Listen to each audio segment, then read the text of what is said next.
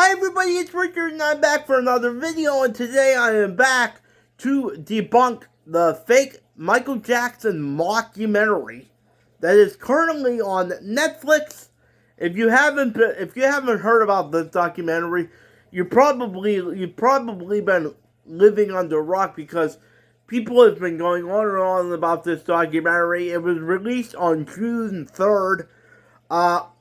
Pretty much all the Michael Jackson fans that had Netflix subscriptions canceled their subscription to Netflix and boycotted Netflix and protested this documentary. Now, I didn't cancel my subscription to Netflix because pretty much everything I watch, all the shows I watch are on Netflix. So, I didn't cancel my subscription, but I am here to call this mockumentary out. Let me just first say, I was going back and forth on watching this. The only reason that I ultimately decided to watch this was because they said it was neutral.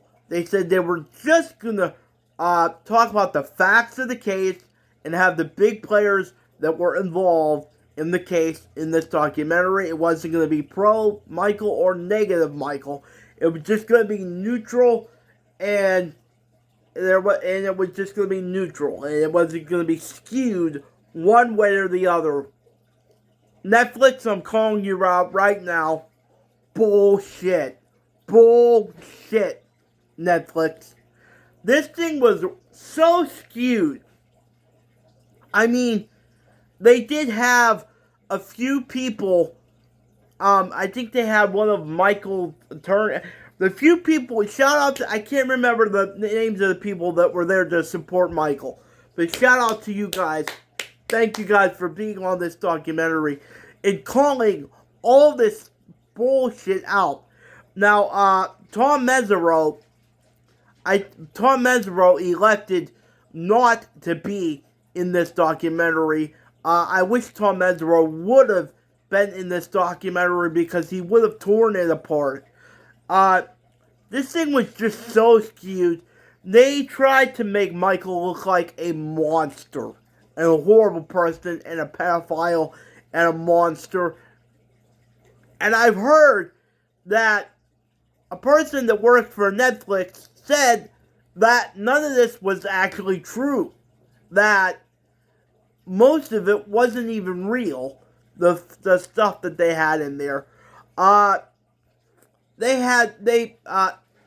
few people that were in there defending Michael did defend him, but the majority of it was they just tried to make Michael look like a monster. And like I said, most of the facts were incorrect. They made the Arvizos look like saints, and the Arvizos are anything but saints. Now, I didn't even know this, but apparently this is one of the things that the people that supported Michael pointed out. I didn't even know this, but apparently Janet Arvizo, Gavin Arvizo's mother, one of the people who accused Michael, Gavin, his mother Janet apparently accused JCPenney security guard in the 90s of molesting her outside in the parking lot, and got $152,000 from JCPenney's because of it. So there you go, right off the bat. They've done this before.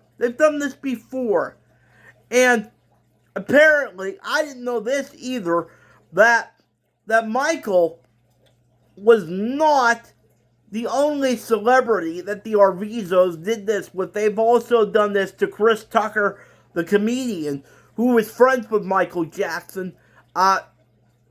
Gavin got involved with Chris, and Chris started to take a liking to Gavin, and then they tried to get money out of Chris Tucker. They also did it with George Lopez. because Gavin was sick, and that was the angle that they used. That was the angle that they used to get them involved with him. Plus, they all started to like Gavin, and then eventually they would turn and try to get money off of them. Yeah, that was the thing. Gavin was sick, and Michael felt bad for Gavin and felt bad for the family because they didn't have any money. Well, they got $152,000 off of J.C. Penney, and that's another thing that one of the people that defended Michael pointed out. Why were they on welfare? And so why were they on welfare? She got $152,000 from Social Security, and they're on welfare. But Michael felt really bad for Gavin, and I'm not going to blame this on Gavin. Gavin was tricked by his mother, Janet. Apparently, she had cards that she would show them with, like, keywords for this. So, Gavin was tricked by his mother, Janet, into this. So, I'm not going to trash Gavin completely because his mother played a big part in this. But Gavin was sick. I think he had cancer, and they said they didn't have any money at all. They were poor. So Michael let them stay at Neverland for free. He let them stay at Neverland for free. And became friendly with Gavin and befriended Gavin, and they hung out together. And that was how they got in with Michael, and how Michael even got involved with them. Apparently, when Gavin was talking about this to the police, and they were talking to him, he said that he missed hanging out with Michael and how much he loved Michael, and missed hanging out with him. Now, would you miss somebody and want to hang out with somebody that molested you? So, yeah, the Arvizos are really crooked. Again, like I said, the whole thing was just totally skewed to make Michael look like a pedophile and a monster. Like I said, they had the few people there, like they had like 2 or 3 people on there that disputed it and stood up for Michael, but the whole thing was just to make Michael look like a monster. And none of the fans are falling for it. They didn't show... And again, I don't believe Michael was guilty at all. And I think Michael was a victim. But they did not show any evidence in this at all. They showed no evidence to prove, to make you think. They showed no evidence in this to prove or to make you think that Michael was guilty. There was no evidence in this. It was just a bunch of bullshit. The same old shit. And I also like how the trailer started. And if you watch the trailer, if you didn't see the trailer, it starts with, is Michael guilty or innocent? You decide. Excuse me, he was found innocent. He was found innocent. What do you mean you decide? He was found innocent. And of 14 charges, let that sink in. It was 14 charges on Michael, and he was found innocent on all of them. Every single one. He was found innocent on the molestation charges, and he was found innocent on the charges of giving alcohol to minors. Every single charge he was found not guilty on. So that was, I don't get that. You decide whether Michael is innocent or guilty. He was found innocent. So there was just no proof at all in this documentary, or nothing even in the slightest that made me think maybe there's more to this. There was nothing in there that made me think, maybe there was more to this. They had no proof. They showed no proof. It was just the same old BS to make Michael Jackson look like a monster. And they do this 2 weeks before Victory Day, June 13th, Victory Day, the day Michael Jackson was found innocent in 2005 on all charges. What probably besides Michael's birthday, probably the most important day in the Michael Jackson community. The day he was found innocent on all charges. They released this on June 3rd. Victory Day is June 13th. So they released this 10 days before Victory Day. Now, you cannot convince me that they didn't plan that wasn't their motive, that they didn't plan that. 10 days before the anniversary, 21st anniversary of when Michael was found not guilty. So, again, this thing, it's just all lies. And I forgot who they did have. I forgot who was in this. And as soon as I saw my stomach turn, I almost threw up. Martin freaking Bashir. That's right. They had Bashir in this, Martin Bashir. And they went all through the Living with Michael Jackson documentary. And that's how the whole thing started. They